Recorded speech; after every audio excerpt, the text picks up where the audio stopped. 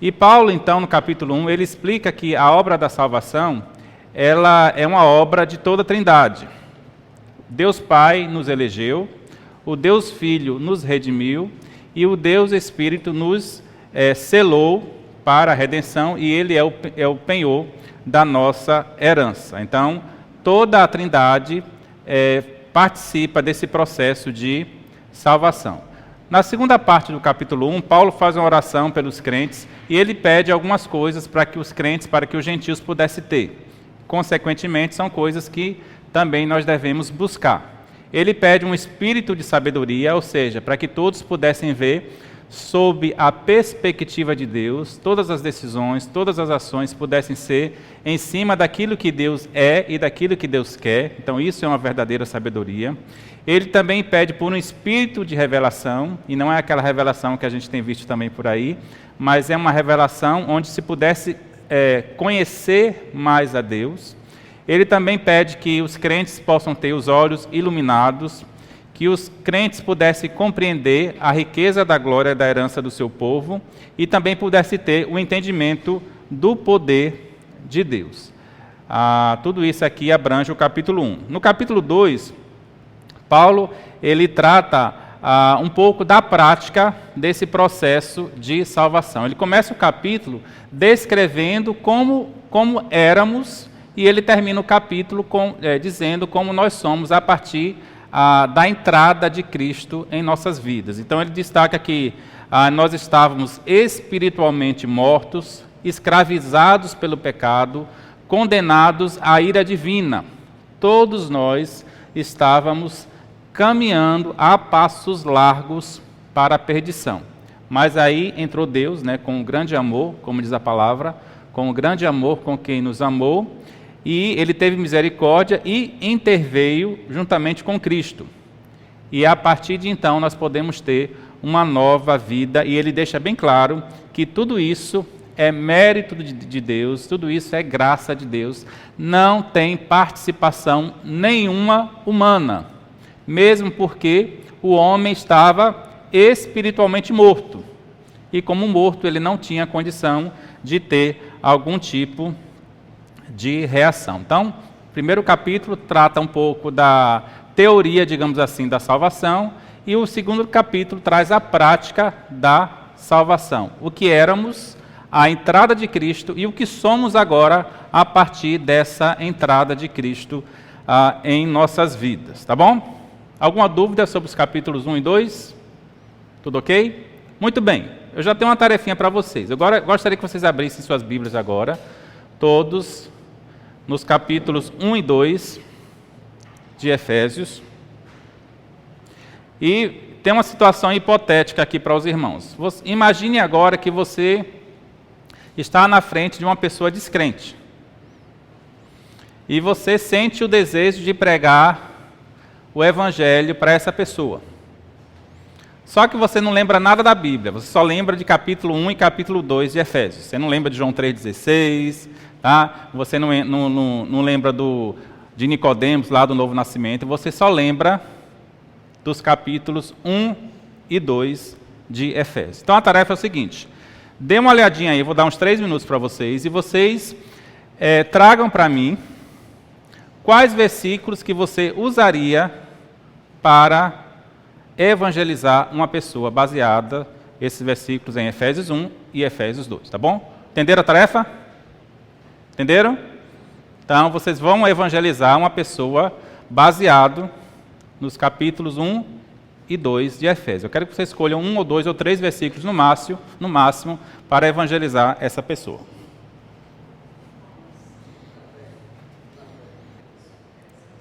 Muito bem.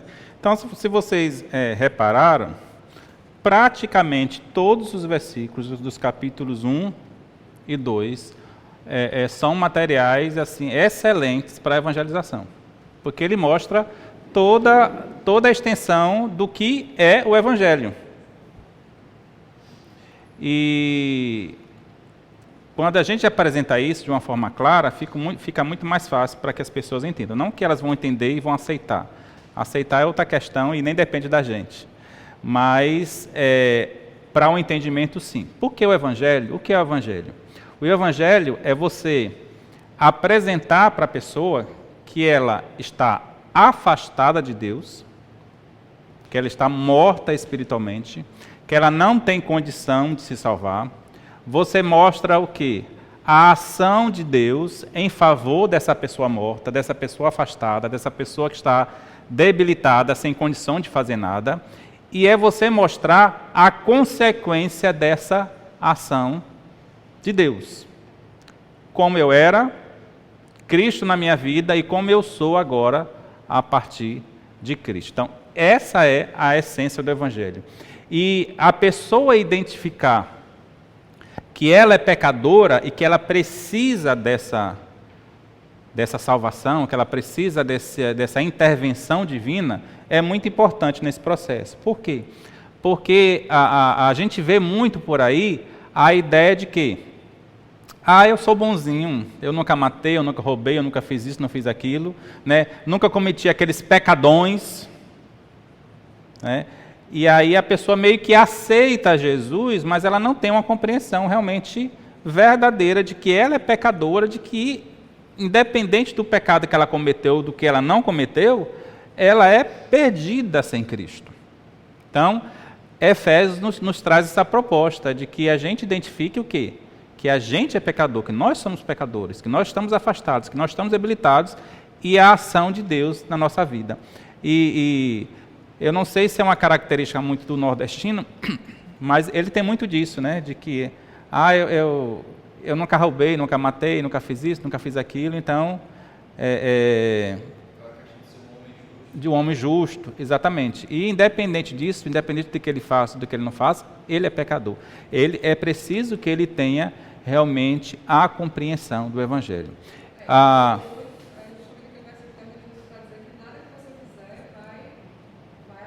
Exato. Exatamente. Nada do que a gente fizer e nada que a gente não fizer também vai contribuir 1 milímetro, 1/100º de tempo para a sua salvação. Todas as nossas obras são como trapos de imundícia. Então, Efésios é um prato cheio para a apresentação do Evangelho, porque mostra a incapacidade humana, mostra a ação divina e mostra o resultado dessa ação divina. Então, realmente é um livro que é uma carta que traz para a gente essa abrangência do Evangelho. E quando a gente for apresentar o Evangelho, a gente precisa apresentar isso. Você é pecador. Você precisa da salvação. Claro que você não vai, talvez, ter essa forma tão abrupta de falar.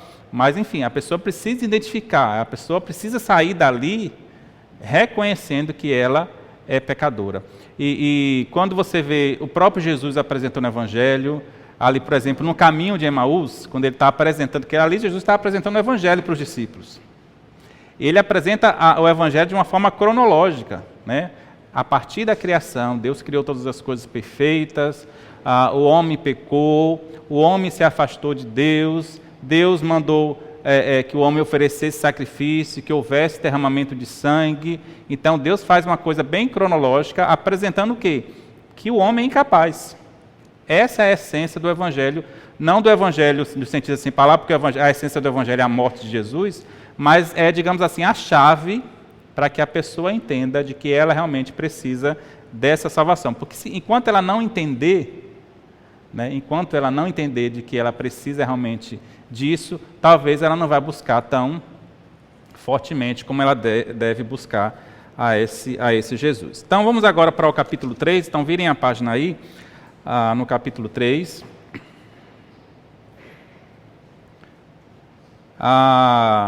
O objetivo de Paulo, ao escrever essa carta aos Efésios, primeiro era fortalecer a fé dos cristãos e também enfatizar a unidade da igreja em Cristo. Tá? Enfatizar a unidade da igreja em Cristo. Então, a igreja agora era composta por gentios e por judeus. Então, aqueles irmãos que agora reconheceram Cristo como Salvador, reconheceram o sacrifício de Cristo, agora eles precisam viver em união, sem acusações, sem cobranças, e viver em união. E é por isso, então, que nesse capítulo 3, meio que Paulo volta ao assunto. Tá? Ele volta ao assunto da inclusão dos gentios nesse processo de salvação.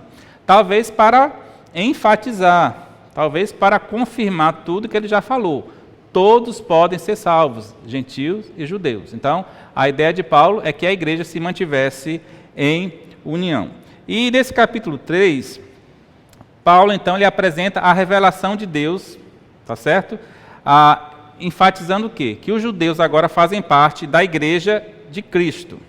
Paulo, então, enfatiza que o processo, que a salvação não está restrita aos judeus, mas está disponível para todos os povos. Paulo também, nesse capítulo 3, ele vai destacar a soberania de Deus na vida dos crentes, né, e também o privilégio que ele tinha como apóstolo de pregar o evangelho. É interessante que Paulo nós vamos perceber nesse capítulo que ele estava preso, mas ainda assim ele sentia que era um privilégio pregar o evangelho. Nesse capítulo 3, Paulo fala desse amor, né, de Deus e da razão pelo qual ele estava preso. Então, no versículo 1, ele fala assim: por esta razão, eu, Paulo, sou prisioneiro de Cristo Jesus por amor de vós. É interessante que Paulo, ele estava preso fisicamente. Mas como é que ele se considera preso? Ele se considera preso pelas autoridades? O que é que ele fala? Eu sou prisioneiro de quem?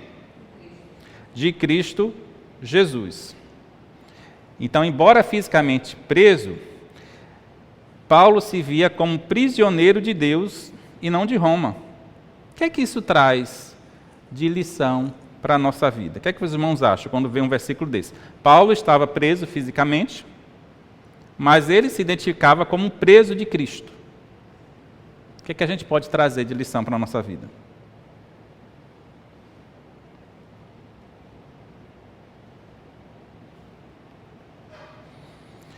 Eu posso dizer para os irmãos que se a gente tivesse a mesma percepção que Paulo tinha da vida dele em relação à nossa vida, muitas coisas que acontecem em nossa vida seriam diferentes. Paulo tinha a percepção de que ele estava preso porque Deus permitia. Paulo tinha a percepção de que ele estava preso e Deus ainda, e ele fala que estou preso por causa do Evangelho, ou seja, por estar fazendo a obra de Deus. Então, Paulo ele tinha a percepção de que ele estava preso, mas Deus ainda era soberano na vida dele. Paulo tinha a percepção de que ele estava preso, mas ele tinha a percepção de que Deus tinha o controle de tudo que acontecia na vida dele. Então, se a gente tiver também essa percepção na nossa vida de tudo que acontece de bom e de ruim em nossa vida, de que Deus está no controle, eu tenho certeza que a gente vai ter uma visão diferente da vida. Porque a gente vai reconhecer que Deus está no controle, seja acontecendo coisas boas, seja acontecendo em nossa vida coisas ruins. Então, tudo que acontece na nossa vida está sob o controle de Deus. Então, por isso que Paulo fala: eu, Paulo, sou o prisioneiro de Cristo Jesus.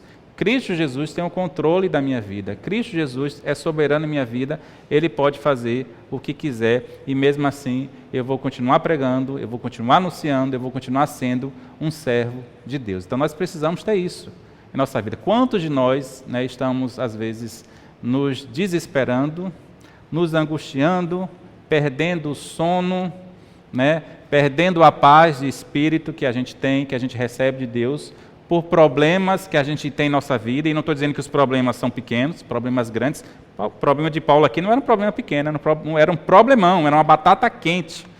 Mas mesmo assim, ele entendia que Deus tinha um controle da vida dele. E a gente também precisa ter essa mesma percepção. Paulo, ele também se considera por amor, preso, né, por amor aos gentios. Então, ele sabia que a prisão dele tinha um propósito, que era o quê? Levar a mensagem do Evangelho aos gentios. Então, ele se lembra que, é interessante que quando Paulo ele foi preso, quem lembra onde Paulo estava? Alguém lê para a gente? Lê não? Pode abrir rapidamente em Atos 21, dos versículos 27 a 40, vai nos mostrar onde Paulo estava quando foi preso.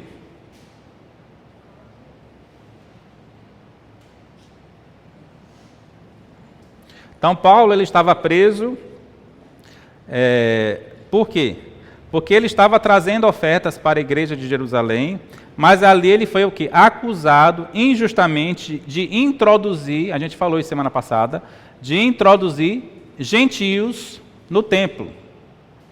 E isso era o maior dos pecados, porque judeus e gentios não se misturavam. Então Paulo ele foi salvo, né, pela intervenção romana e preso pela graça de Deus e por pregar a graça de Deus aos gentios. Isso. Isso. Na verdade, era um crime passível de morte mesmo. Para o judeu, era condenação à morte. Trazer um impuro, porque o gentio era considerado impuro. Trazer um impuro para dentro do templo. Ele tinha a cidadania romana. Uhum. Então, o governador, né, não era judeu, não soube disso, temeu, porque ele podia matar uma pessoa. Não podia matar dessa forma. Ele vai ser preso, vai ser tratado.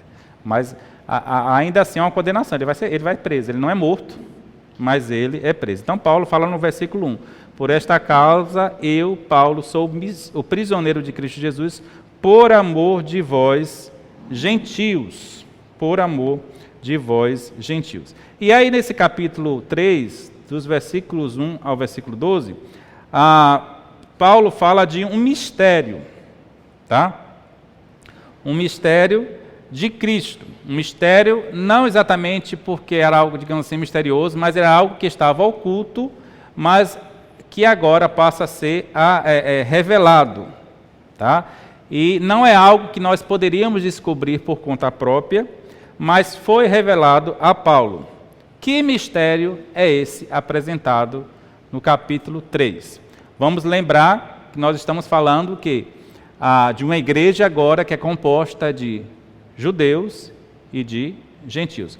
E o mistério justamente é esse, que os gentios também estão fazendo parte desse processo de salvação. Que os gentios também podem ser salvos se eles crerem em Cristo Jesus. Então, era algo impensável para um judeu. Era algo impensável. Jamais eles pensariam nisso, nessa possibilidade, por melhor que ele fosse, por mais temente a Deus, ao Deus Jeová do Velho Testamento que ele fosse, jamais um judeu pensaria na possibilidade de um gentio ser salvo. Por quê?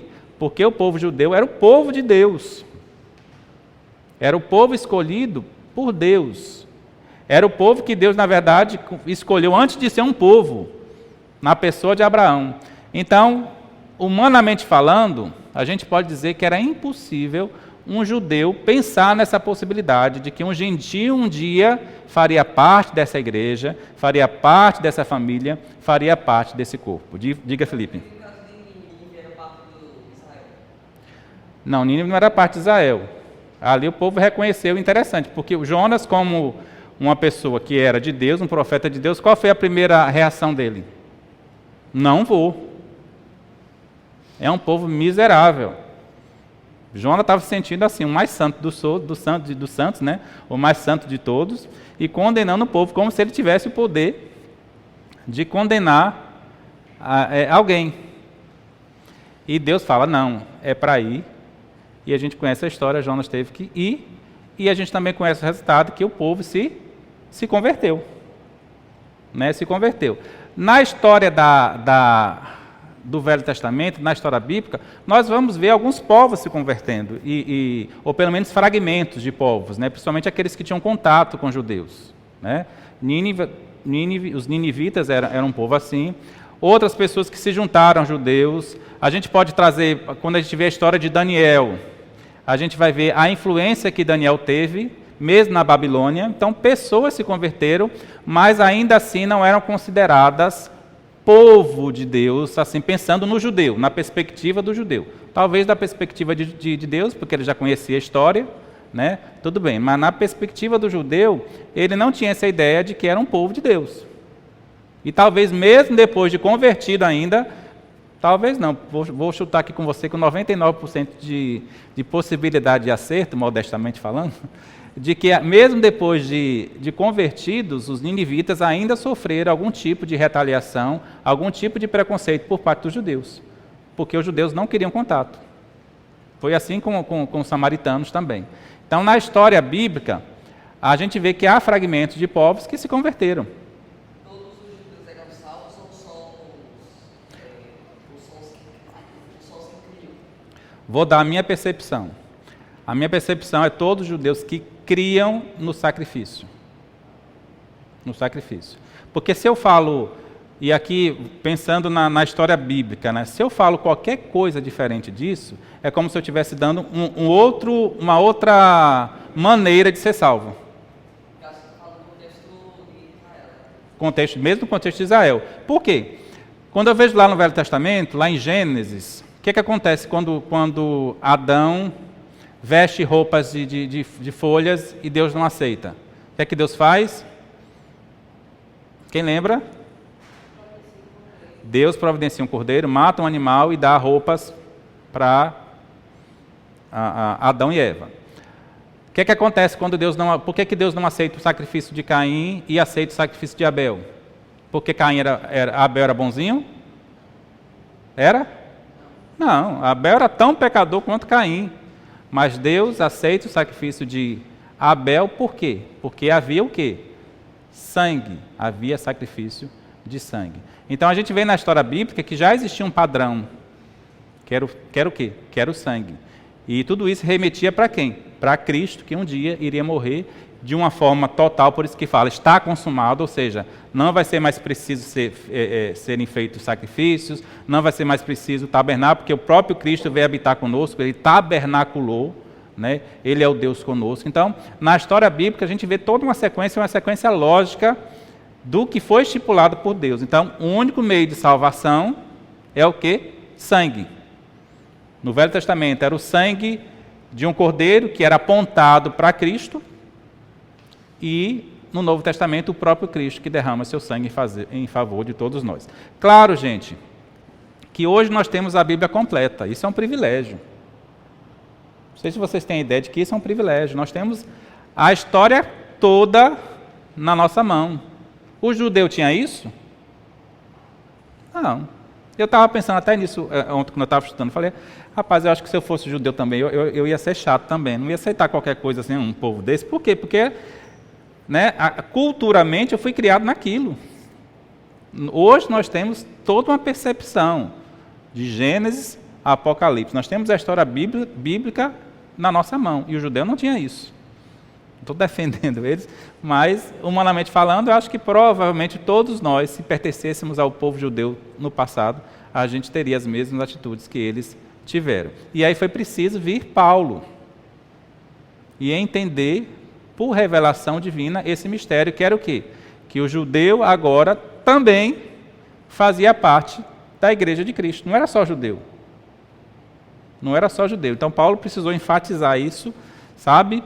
Muitas vezes, não só para a igreja dos Efésios, mas Gálatas, nas outras cartas, Paulo precisou ter que enfatizar isso, que a salvação é para todos, não era somente para os judeus. Alguém lê para a gente aí? Vou pedir a Tadeu, Efésios capítulo 3, de 1 a 6, por favor.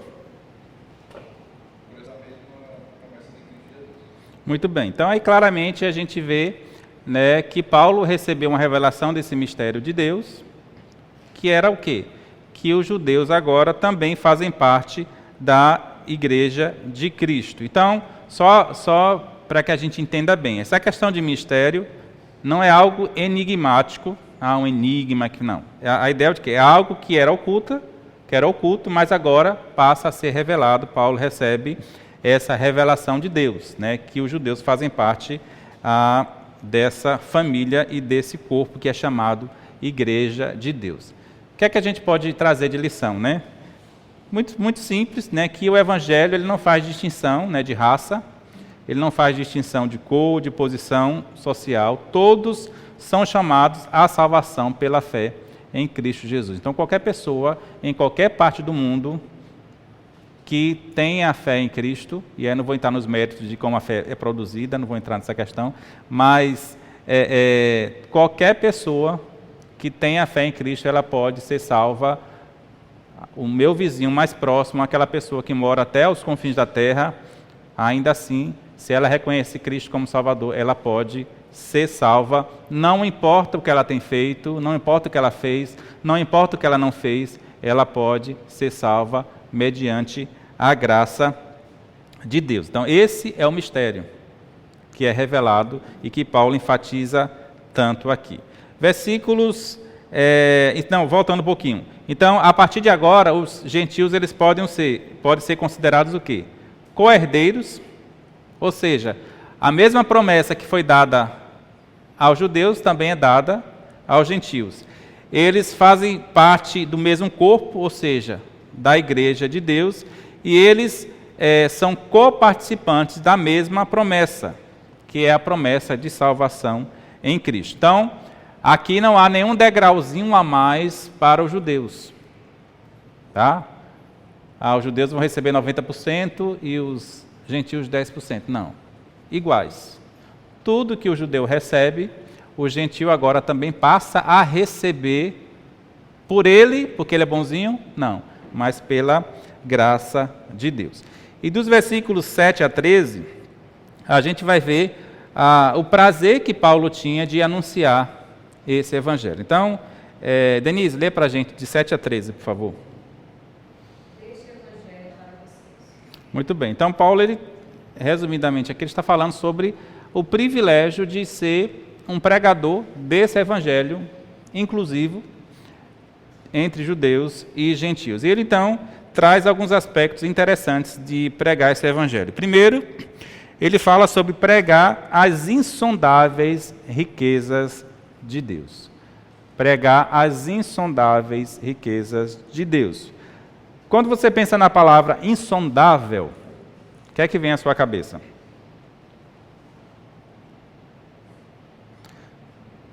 A palavra insondável aqui, ela traz o mesmo sentido de inesgotável. Tá? Inesgotável. Então, poderia ser traduzido também para pregar as inesgotáveis riquezas de Deus. É como se você chegasse no mar com um balde e aí você queria tirar toda a água do mar. E você pega um balde e joga fora. Pega um balde e joga fora. Pega um balde e joga fora. Você vai passar a sua vida toda, vai chamar mais umas 300 milhões de pessoas e vai ficar lá e não vai resolver o problema porque a água do mar é inesgotável. Humanamente falando, claro. Então, a gente tem essa ideia de que quando a gente prega o Evangelho, nós estamos pregando a inesgotável riqueza de Deus. Então, o Evangelho é uma riqueza que não se esgota. Quanto mais você cava, há algo novo que você descobre com relação ao Evangelho. Então, é como se Paulo estivesse dizendo agora, nós cavamos mais um pouco e nós descobrimos um pouco mais da extensão desse amor de Deus pela humanidade. Nós que pensávamos que somente era coisa de judeu, somente de um povo exclusivo, agora nós estamos entendendo que esse amor, que essa inesgotável riqueza, também abrange outros povos. Então, Paulo está mostrando para a igreja de que essa inesgotável, que essa insondável riqueza de Deus se revela a todo o ser através do Evangelho. Segundo lugar, um segundo aspecto de se pregar o Evangelho é que é para manifestar o mistério do Evangelho a todos os homens. No versículo 9 diz assim, e manifestar qual seja a dispensação do mistério desde os séculos oculto em Deus que criou todas as coisas. Então, o Evangelho, irmãos, ele é uma luz, a gente conhece já esse chavão, de que é a luz que ilumina as trevas.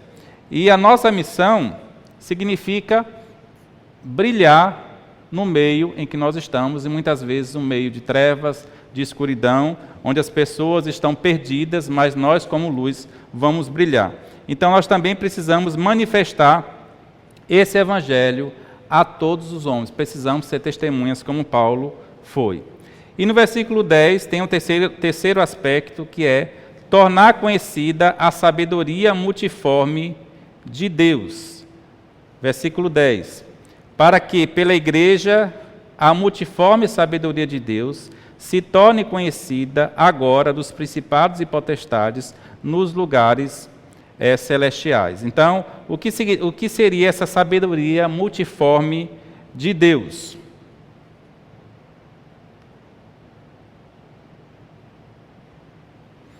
No próprio versículo, revela, para que pela igreja a multiforme sabedoria de Deus se torne conhecida agora dos principados e potestades nos lugares celestiais. Aqui está voltando diretamente ao assunto da inclusão dos gentios nesse processo de salvação. Vamos pensar no Evangelho ou na Igreja de Cristo como um tapete. Tá? Como um tapete. Cada povo que você evangeliza e que se converte é uma peça desse tapete que vai se enchendo. Então, isso faz parte da multiforme sabedoria de Deus. Faz parte dessa multiforme sabedoria de Deus. Então, o Evangelho é um conjunto de boas novas que abrange a todas as pessoas, não somente aos judeus, mas agora também gentios. Lembrando, irmãos, que agora, quando se estende-se aos gentios, também está se estendendo a todos nós. Nós somos alvos dessa salvação, porque o Evangelho ele foi estendido a todos os povos, e nós fazemos parte desse todos os povos. Os irmãos, para se tornar inclusive, e aqui a inclusão no bom sentido, porque quando a gente fala inclusão hoje, tem tanta coisa besta que tem entrado nos nossos arredores aí, mas aqui na inclusão, ou seja, para todos, para todos. Os irmãos sabem quantos bilhões de pessoas tem no mundo? Sim. 7 ou 8 bilhões, né? Ou chegou em 8 já? 8 bilhões de pessoas. Vamos botar aí 8 bilhões de pessoas e somando, né? Fora os que vão nascer hoje. Mas esse cálculo já é feito em cima desses, inclusive dos não contactados, enfim. É feito um cálculo assim, não é um cálculo exato, mas em cima de tudo isso. Então,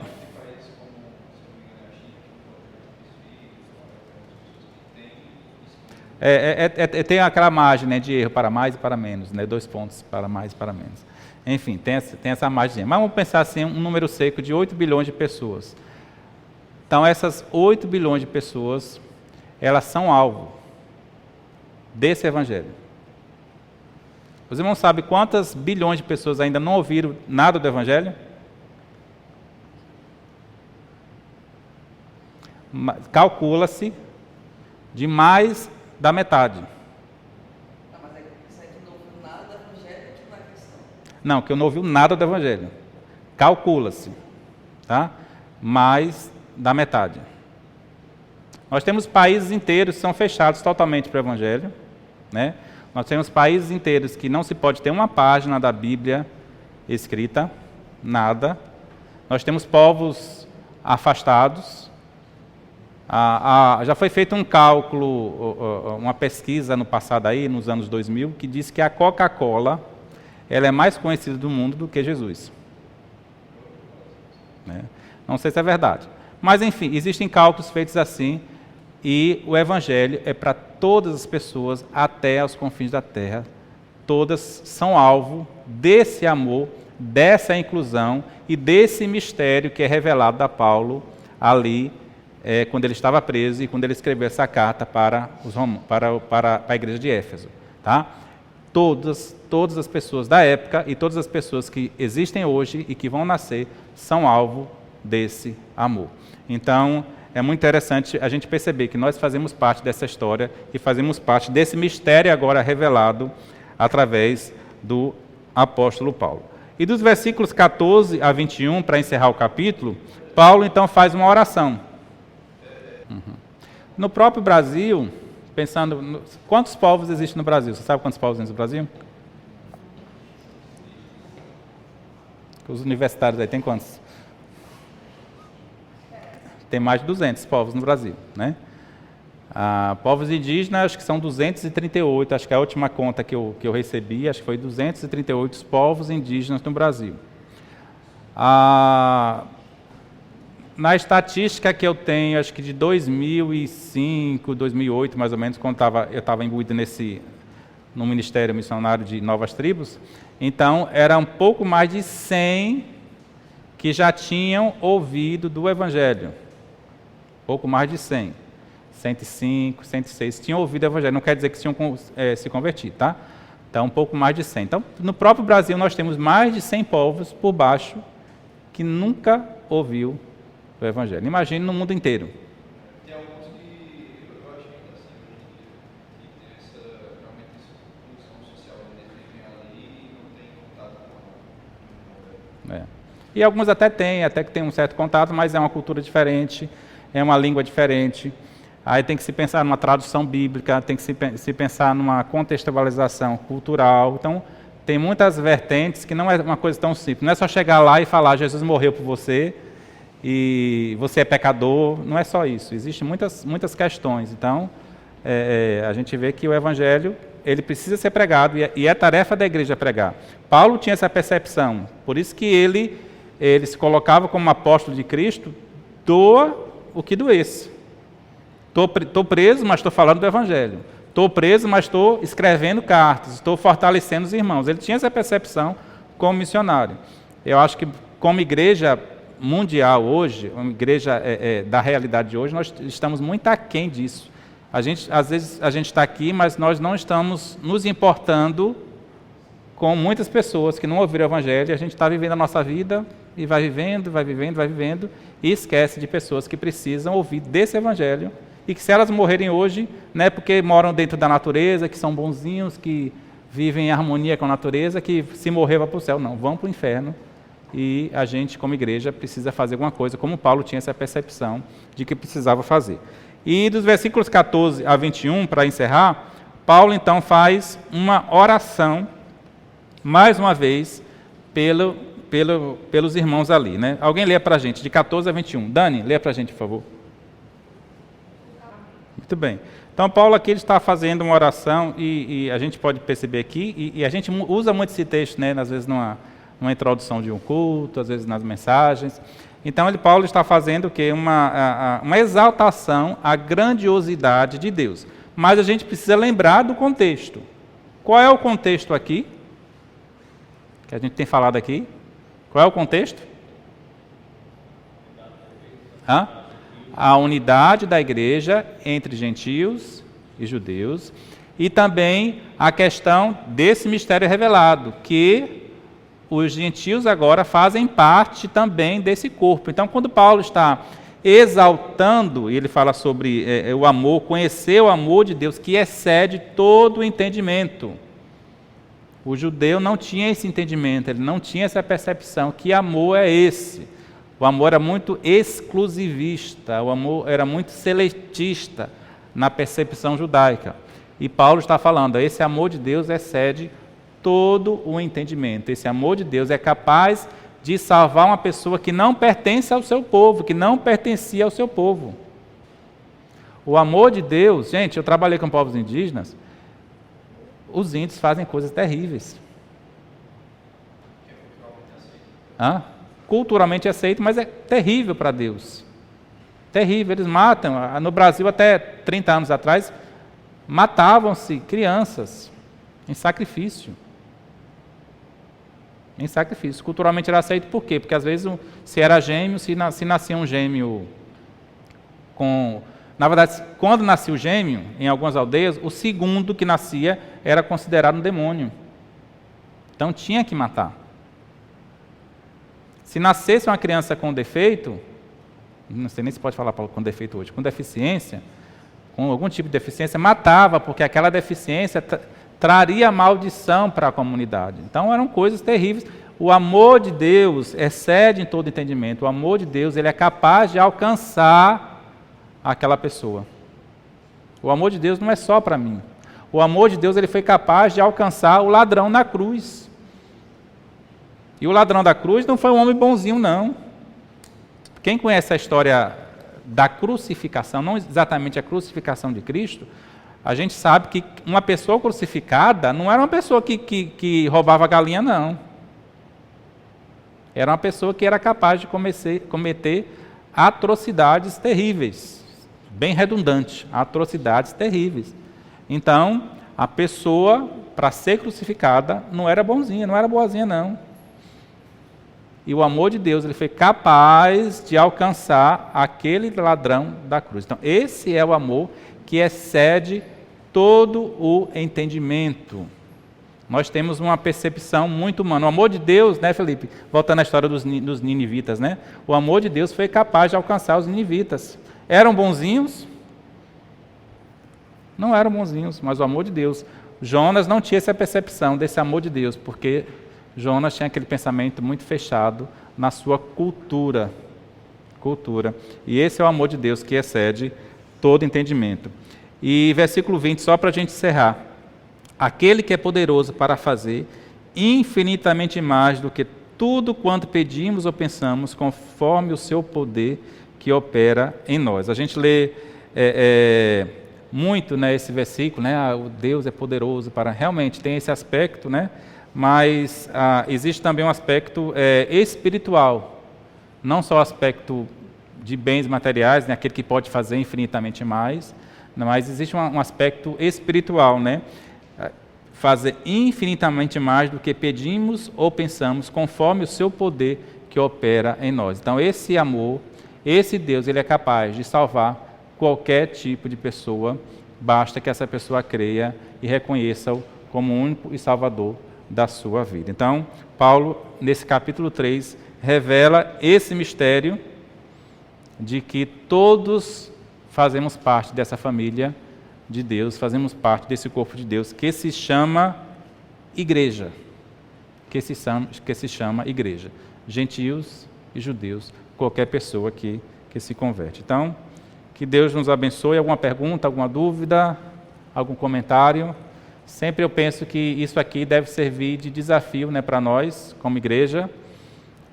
Hoje eu acho que tem um desafio, né, pensando na vida de Paulo, um desafio missionário para nós, da gente ter essa percepção de que muitas pessoas ao nosso redor, muitas pessoas no mundo todo não conhecem a Cristo. O que é que eu tenho feito por isso? O que é que eu tenho feito para que essas pessoas possam reconhecer? A gente pode orar, a gente pode contribuir financeiramente, a gente pode participar de ações evangelísticas para que essas pessoas tenham a oportunidade de ouvir aquilo que um dia nós ouvimos, que é esse verdadeiro evangelho. Então, que Deus nos abençoe, que nos desafie nessa manhã. Na próxima semana a gente vai estudar o capítulo 4, já entrando um pouco mais na prática, tá? Ele fala muito da questão da unidade e da santidade que a gente deve ter, né, como corpo de Cristo. Então, que Deus nos abençoe, tá bom? Amém.